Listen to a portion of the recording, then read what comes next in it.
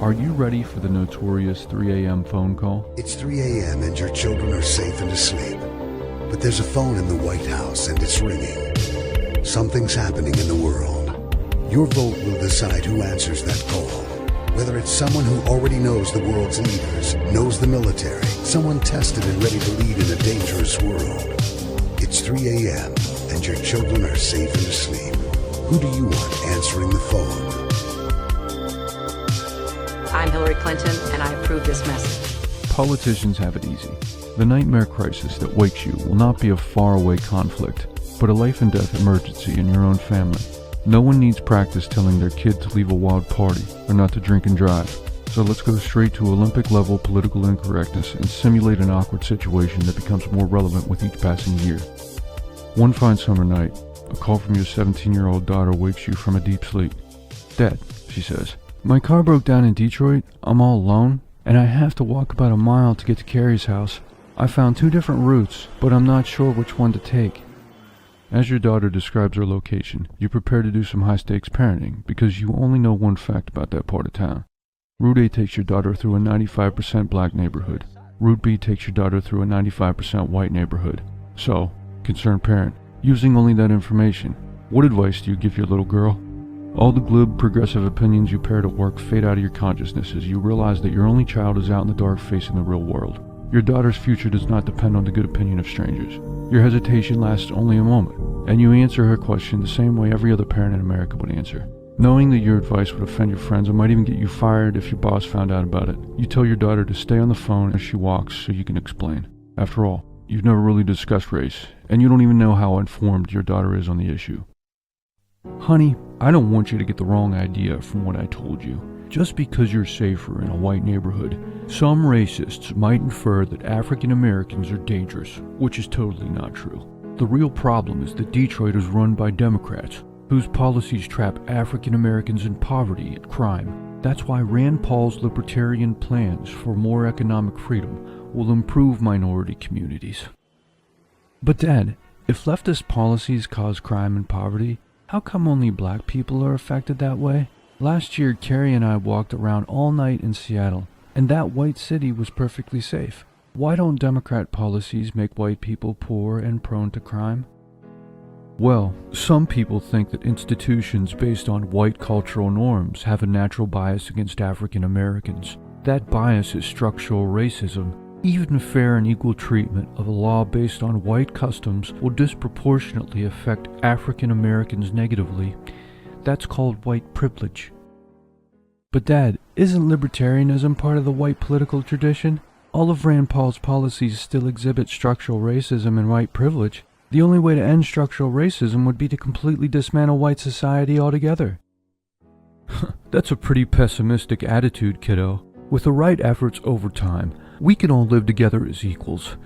We'll just have to build on the truths that everyone holds in common."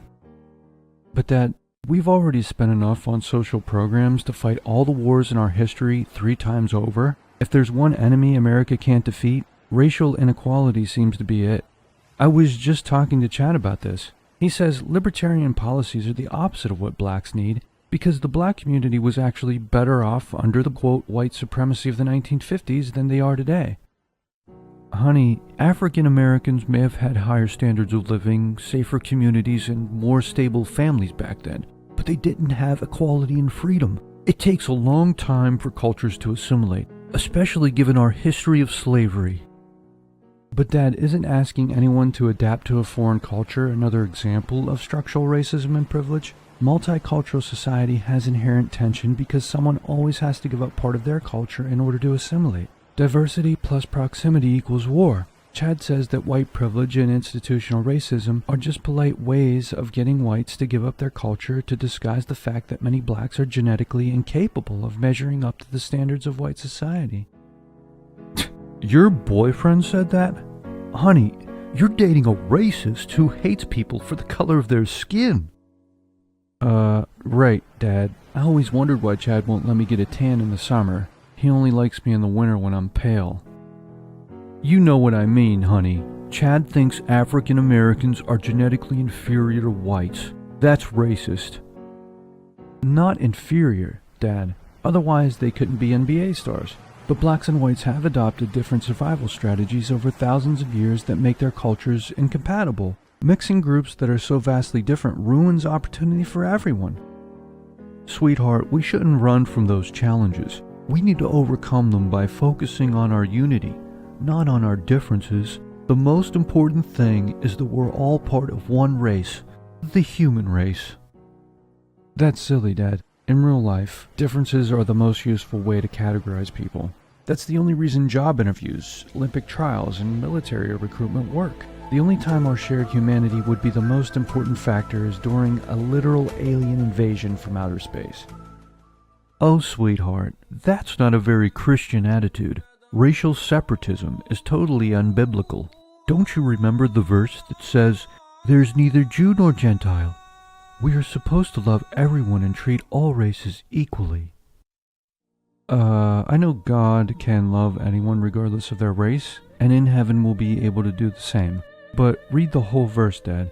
There is neither Jew nor Gentile, neither slave nor free, nor is there male and female, for you are all one in Christ Jesus. If this is the proof that we're never supposed to treat races differently, then we're never supposed to treat the sexes differently either. The church that is for racial equality, based on Galatians 3:28, should also support gay marriage, transgender rights, female pastors, and male breastfeeding.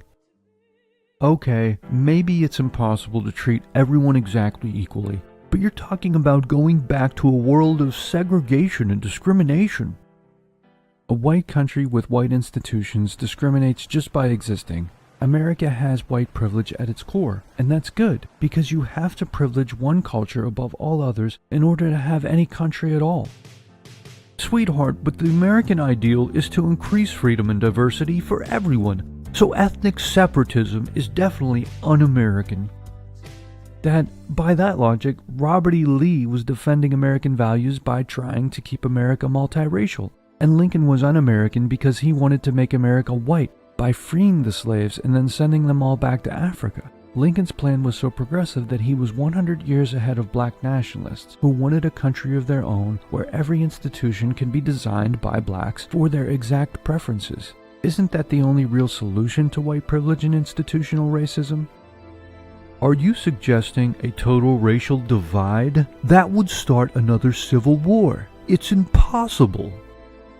I'm not advocating for anything but peaceful discussion of the real state of race relations, Dad. But it seems like America is already de facto segregated and already has huge swaths of territory that you are afraid to let me walk through alone. Pretending we can make blacks and whites equal citizens is one of the costliest mistakes America has ever made. Would you rather the whole country become another Detroit? Anyway, I just got to Carrie's. I'll call you tomorrow, Dad. I love you.